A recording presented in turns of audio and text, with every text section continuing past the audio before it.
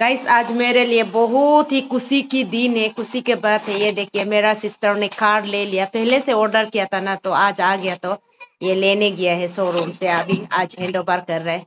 इसको चाबी वो भी दे रहा है, अभी इसको कर लेके जाएंगे। ये देखिए गाड़ी को आप लोग को ये थोड़ा दिखा रहा है। बहुत ही सुंदर है, हमको ये कलर ना बहुत ज्यादा अच्छा लगता है। गाड़ी का बारे तो हमको इतना मालूम नहीं है, लेकिन हमको ये कलर बहुत ज्यादा पसंद है।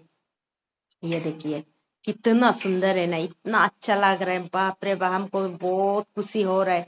और यहाँ में केक भी काटा जा रहा है, और बच्चा लोग आया था ना, मेरा भैया लोग आया है, सब लोग आया है, तो बच्चा लोग इतना कुआरी को देखकर खुशी हो रहा है ना। देखिए इस तरह भी थोड़ा अंदर को आप लोग को दिखाएंगे। ये देखिए कितना अच्छा है ना, हमको बहुत ज्यादा खुशी हो रहा है गाइस।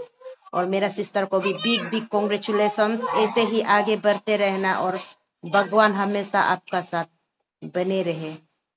Thank you guys.